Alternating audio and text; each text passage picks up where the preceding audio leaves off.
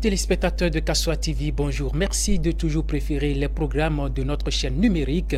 Nous émettons depuis Natitengo dans le département de l'Atakora. Bienvenue à ce journal dont voici le sommaire.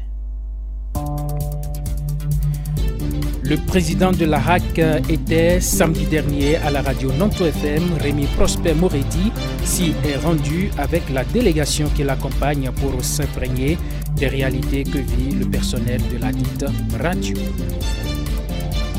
Salubrité à Natitengo, le réseau des jeunes pour l'économie a procédé samedi 21 septembre dernier au nettoyage de certains endroits stratégiques de Natitengo.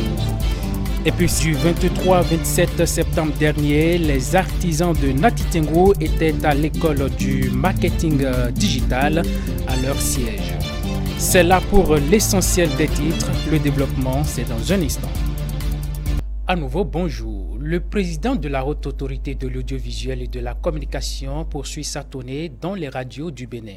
Rémi Prosper Moretti était dans les locaux de la radio Nanto FM pour une séance d'échange avec le personnel de la dite radio.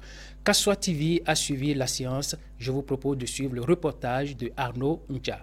Cette séance de prise de contact était essentiellement pour s'enquérir du fonctionnement et des problèmes que rencontrent les responsables de la radio Nanto FM. Nous sommes venus d'abord nous présenter à vous et vous connaître et prendre vos doléances et vous faire nos observations, nos suggestions et aussi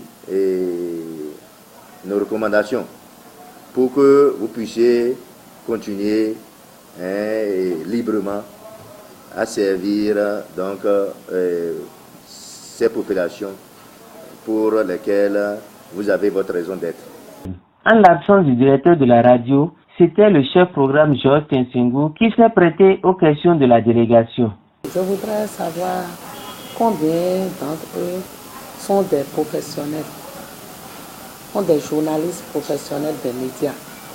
Et ensuite, je voudrais aussi savoir si tous ont leur carte de presse. Selon les informations que nous avons au niveau de la HAC, depuis 2016, nous n'avons plus jamais souscrit à la caisse. Notre préoccupation, c'est comment vous organisez pour le suivi, pour respecter les normes déontologiques et éthiques au niveau de la station. Et troisièmement, vous devez bien revenir un peu sur le conseil d'administration. Est-ce que c'est toujours la mairie qui est la tutelle ou bien est-ce que ça a évolué en temps? Je voudrais savoir combien de dipôles sont montés sur ce pylône. Et aussi, il a parlé de la puissance de l'émetteur. Moi, je voudrais savoir la portée. C'est vrai, il a dit que ça couvre la région Natitengo et Tukuntuna. En matière de distance, est-ce qu'il peut nous renseigner? En ce qui concerne la grille des programmes, nous faisons l'effort de la renouveler au moins une fois l'an. En notre sein, nous travaillons pour apporter des modifications en tenant compte bien sûr des aspirations de nos populations. Dans le conseil d'administration, nous avons la commission des programmes et nous leur faisons part de notre besoin de changer la grille et nous proposons un travail déjà fait et à eux de voir si ça répond véritablement aux aspirations de nos populations et de ce que nous avons comme convention avec la HAC. Nous bénéficions des formations de recyclage de temps en temps avec des organisations fêtières, donc au niveau de la presse. Ce n'est que ça que je puis vous dire. Pour les cadres professionnels, oui, nous tous les permanents ont des cadres. La radio aujourd'hui n'est plus gérée par la mairie, elle est autonome, elle est gérée par un conseil d'administration. Nous avons vu que la grille des programmes s'est mise non depuis 2010. Donc, lorsque vous faites la grille de programme, prenez le temps d'aller déposer. Or, le dépôt se fait devait se faire normalement chaque semaine. Les échanges très édifiants des nouvelles autorités de la HAC avec le personnel ont permis de clarifier leur perception du mode de fonctionnement de cette radio communautaire. Vous savez très bien, et la nouvelle mandature de la haute autorité de l'audiovisuel de la communication vient d'être installée il y a 2 mois. Et c'est une visite de prise de contact afin qu'on puisse avoir des informations sur l'état de santé de la presse béninoise. Nous nous sommes donnés comme l'intention d'aller au niveau de chaque radio, au niveau de chaque organe de presse, pour voir un peu leur fonctionnement, leurs difficultés et voir dans quelle mesure, dans la mesure de nos possibilités, leur apporter des solutions, leur apporter des conseils et les encourager. Nous sommes à l'heure de la rupture. Nous ne voulons pas dire la rupture politique, mais nous sommes à l'heure de la rupture de l'ancienne pratique. Parce que vous savez que bientôt, nous serons à l'heure du numérique. Et si déjà l'analogie n'est pas bien gérée, vous savez, le numérique paraît encore plus complexe. Donc voilà pourquoi, tout franchement, nous voulons attirer votre attention sur un peu plus de sérieux que vous devez apporter dans la gestion du personnel et dans la gestion de vos grilles de programme. Cette tournée nationale entreprise par ce bureau affiche simplement leur volonté de prendre en compte au cours de cette mandature tous les acteurs de la presse écrite et audiovisuelle malgré la distance et l'espace. Il n'est donc pas péremptoire d'affirmer que la HAC Morenti a pris l'option de l'inclusion et de l'écoute. Les artisans de Natitengu ont suivi une formation sur le marketing digital. C'était du 23 au 27 septembre dernier à Noncha pour le reportage. Pendant 5 jours, les artisans de la commune de Natitengu ont bénéficié de la formation Google Digital Scale qui a pour objectif d'amener ceux-ci à s'approprier le numérique pour une meilleure visibilité de leurs activités. Cette initiative suscitée par le bureau du collectif des artisans a été appuyée par la direction départementale du numérique et de la digitalisation à Takora Donga. Ce programme que nous avons lancé depuis le lundi passé vient à son terme aujourd'hui. Et il s'agissait de quoi? Il s'agissait de donner la capacité aux artisans de pouvoir se vendre, de mieux se vendre, avoir plus de visibilité pour leurs activités. Donc ce programme qui était en quelque sorte un marathon que nous avons tenu ensemble avec les artisans s'est déroulé en 2 phases. Il y avait la phase de la matinée et la phase de la soirée. Donc cela a permis de toucher beaucoup d'artisans. Ils ont vu l'utilité de cela et je pense que ensemble avec la présidente, nous allons renouveler cette expérience-là pour que les artisans puissent avoir les outils qu'il faut pour mieux se vendre. En faisant d'une pierre 2 coups, le collectif a aussi profité de l'occasion pour solliciter le coordonnateur de la prévoyance sociale à Takora Donga afin de sensibiliser les artisans quant à l'importance d'avoir une prise en charge maladie. Mieux, il les a surtout invités à adopter le mécanisme que l'État a mis en place pour préparer une retraite paisible et saine. Pendant les 5 jours que nous avons passés ensemble avec les artisans, de les sensibiliser et de les relancer sur les questions de prévoyance sociale concernant l'assurance santé et puis l'assurance retraite, il fallait revenir tout en les sensibiliser, passer des communications sur la caisse mutuelle de prévoyance sociale en matière de santé et de retraite, comme je le disais tantôt, pour qu'ils puissent reprendre les cotisations de façon normale et jouir effectivement des prises en charge en matière de santé dans les hôpitaux. À la fin de cette expérience, les bénéficiaires très heureux manquent de mots pour exprimer leur gratitude. En fait, ce soir, je voudrais vraiment d'abord dire merci à notre ministère qui a pensé à nous pour nous octroyer cette formation de 5 jours où tous les corps de métier ont été représentés massivement. Je vais dire encore massivement.